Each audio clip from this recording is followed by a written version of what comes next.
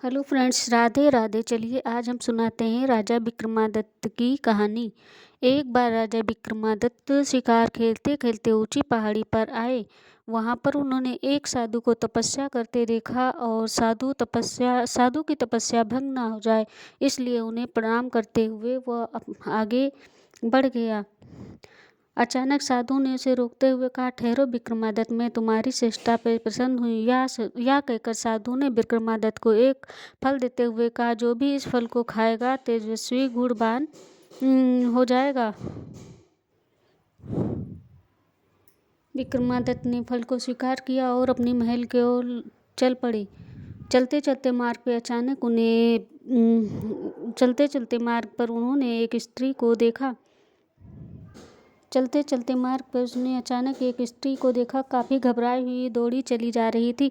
विक्रमादित्य भी उसके पीछे पीछे दौड़ने लगा। उन्होंने देखा वह औरत एक कुएं के पास जाकर रुक गई। जैसे ही कुएं में छलांग लगानी चाहे, विक्रमादित्य ने उसे पकड़ लिया। उन्होंने उस स्त्री से पूछा, बहन, तुम आत्महत्या क्यों करना चाहती हो? मुझे बताओ, मैं तुम्हारी मदद करूंगा। स्त्री बोली। वह स्त्री रोने के स्वर में बोली, मैं बहुत दुखी हूँ। मेरे पति मुझे मारते पीटते हैं और कहते हैं मेरा एक भी पुत्र नहीं है, सारी लड़कियां हैं। उसी के दास्तान सुनकर राजा विक्रमादित्य पर उस पर दया आ गई। उन्होंने वह फल उसे देते हुए कहा, जो साधु ने फल दिया था, वह फल देते हुए कहा, बहन, तुम चिंता मत करो। इस फल खा के तुम्हारे यशस्वी पुत्र की प्राप्ति होगी। फल पाकर स्त्री विक्रमादित्य को धन्यवाद करके अपने घर लौट आई। इतनी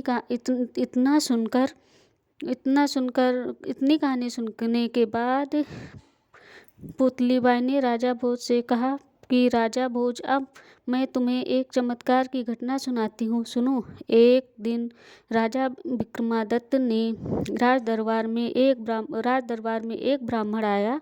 उसने द्वारपाल से कहा, मैं राजा विक्रमादित्य के अनमोल भेंट देना चाहता हूँ।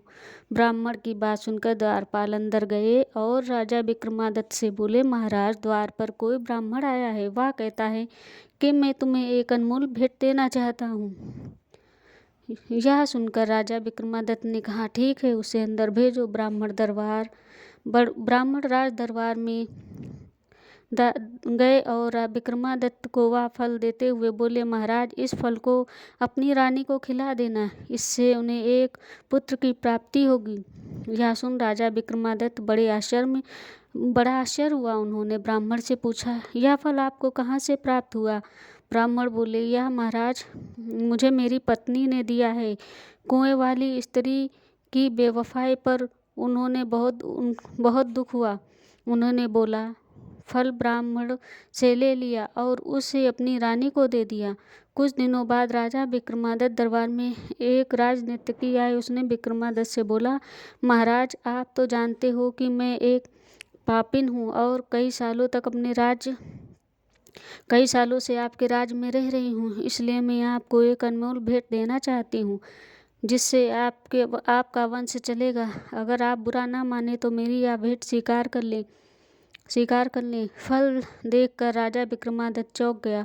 उन्होंने पूछा, यह फल तुम्हारे पास कहाँ से आया? राजनीतिज्ञ बोली, महाराज, यह फल मुझे आपके राजनीतिज्ञ की बात सुनकर महाराज का माथा टनका।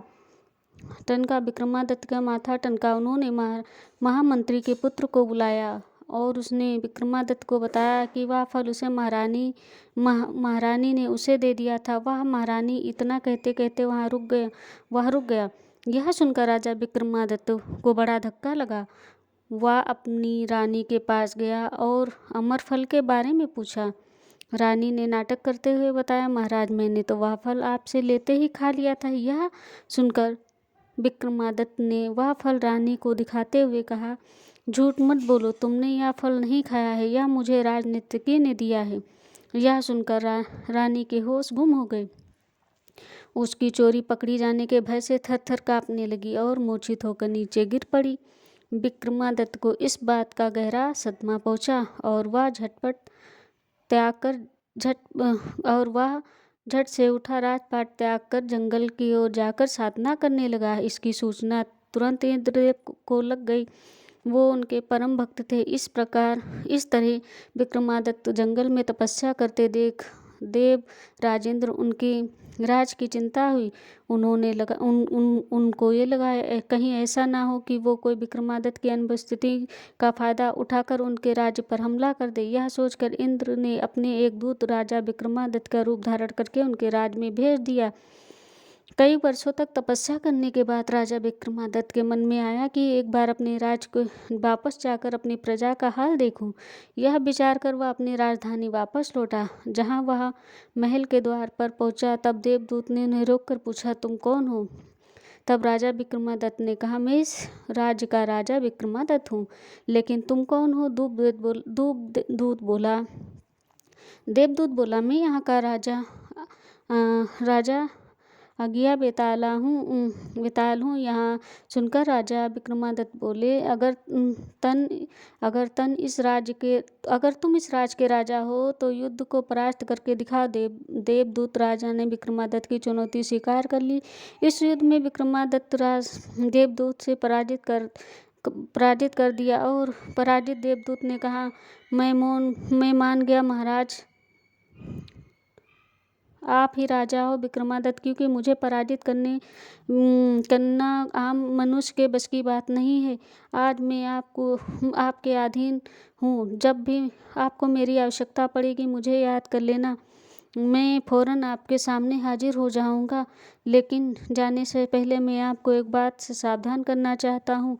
विक्रमादित्य ने पूछा, ऐसी कौन सी बात है? बेताल अग्निया बोला, राजन, तुम्हारे एक दुश्मन तुम्हारे राज्य में आ पहुंचा है। वह आपके पिछले जन्म का शत्रु है, इसलिए समय पर वह योग शुद्ध करके द्वारा शक्ति बढ़ा रहा है और आपको मारने की योजना बना रहा है। अगर इससे पहले आप उसे मार दोगे तो वर्षों तक आप पर कोई विपत्ति नहीं आएगी। यह कहकर देवदूत आकाश मार्ग से उड़ गया। राजा विक्रमादित्य के वापस आते ही राज्य में खुशियां मनाई गई। जब विक्रमादित्य ने अपनी रानी के बारे में जानना चाहा तो उन्हें ज्ञात हुआ कि उनकी बेवफा रानी ने आत्महत्या कर ली। पत्नी को भुलाकर विक्रमादित्य ने पुनः राजपाट संभाला और राज्य के सभी काम सुचारू रूप से करने लगा। कुछ दिनों बाद विक्रमादित्य दरबार में एक योगी आए। उन्होंने राजा को एक फल दिया। उसे हाथ में लेते ही फल के 2 टुकड़े हो गए। उस फल को 2 टुकड़ों के बीच में एक बेशकीमती लाल निकला। राजा विक्रमादित्य ने योगी से इस लाल का कारण पूछा तो उन्होंने बताया, राजन, हमारे यहाँ संस्कृति है कि राजा, वेद और सन्यासी के द्वार पर कभी खाली हाथ नहीं जाना चाहिए। यह सुनकर विक्रमादित्य बोले, योगराजी, मैं इस भेंट के बदले में आपको क्या दूं? योगी ने कहा, राजन, अगर आप मुझे कुछ देना चाहते हो तो मेरे निवास पर अकेले आकर मुझे मिलो। राजा विक्रमादित्य ने योगी को वचन दे दिया। वचन पाकर राजा अपने पता ठिकाना बताकर वहां से चला गया। अगले ही दिन वादा के अनुसार राजा विक्रमादित्य योगी के निवास पर पहुंच गया। उसी समय योगी ने एक मंत्र को सिद्ध कर रहा था। राजा विक्रमादित्य के पूछने पर योगी बोला, राजन, मैं जो मंत्र सिद्ध कर रहा हूँ उसे सिद्ध करके ही एक शिप की आवश्यकता पड़ेगी जो यहाँ से बहुत दूर एक शमशान में पड़ा है, उल्टा लटक रहा है। बेताल नाम के उस मुर्दे को लाना कोई हंसी खेल नहीं है। अगर आप उस शिप को मेरे पास ले आओ तो मेरी सिद्धि पूरी हो जाएगी। विक्रमादित्य योगी की वचन देकर शिप को लाने के लिए शमशान की ओर चला गया। वहां पर पेड़ से उल्टा लटक रहा बेताल बड़े मुश्किल नीचे से उतारा और कंधे पर लाद कर योगी के पास ले जाने की कोशिश करने लगा। बार बार उसके असावधानी के फायदा उठाकर वह उड़ जाता और शमशान में उसी पेड़ पर लटक जाता। ऐसे 24 बार हुआ। हर बार बेताल रास्ते में विक्रमादित्य को एक कहानी सुनाता और 25वें दिन बेताल राजा विक्रमादित्य से कहा, राजन, तुम मुझे जिसके पास ले जा रहे हो वह कपटी और ढूंढती है। वास्तव में उसे मेरी नहीं तेरी ज़रूरत है, क्योंकि आज उसकी सिद्धि का अंतिम दिन है। मुझे उसके पास ले जाओगे? वह देवी के चरणों में तुझे सिर झुकाने के लिए कहेगा और तभी मौका पाकर गर्दन काट देगा, बलि चढ़ा देगा। तेरी मौत के बाद सिद्धि मिल जाएगी। बेताल की बात सुनकर राजा विक्रमादित्य इंद्रदेव की चेतावनी याद आ गई। उन्होंने बेताल को धन्यवाद किया और कंधे पर लाद कर योगी के पास चल पड़ा। यह देखकर बहुत प्रसन्न हुआ। विक्रमादित्य को देवी के चरणों में झुकने को कहा। तब विक्रमादित्य बोले, योगराज, मैं एक राजा हूँ, मुझे सिर झुकाना नहीं आता है। मुझे सिर झुकाने की विधि बता दो। योगी ने जैसे ही विधि बताने के लिए सिर देवी के चरणों में झुकाया, विक्रमादित्य ने उसकी तलवार से गर्दन धड़ अलग कर दी। देवी बलि पाकर बहुत प्रसन्न हुई। उन्होंने विक्रमादित्य को बेताल की सेवा दो बेताल से सेवक दिए और कहा, विक्रमादित्य, जब भी इनको याद करोगे ये तुम्हारी सेवा में उपस्थित हो जाएंगे।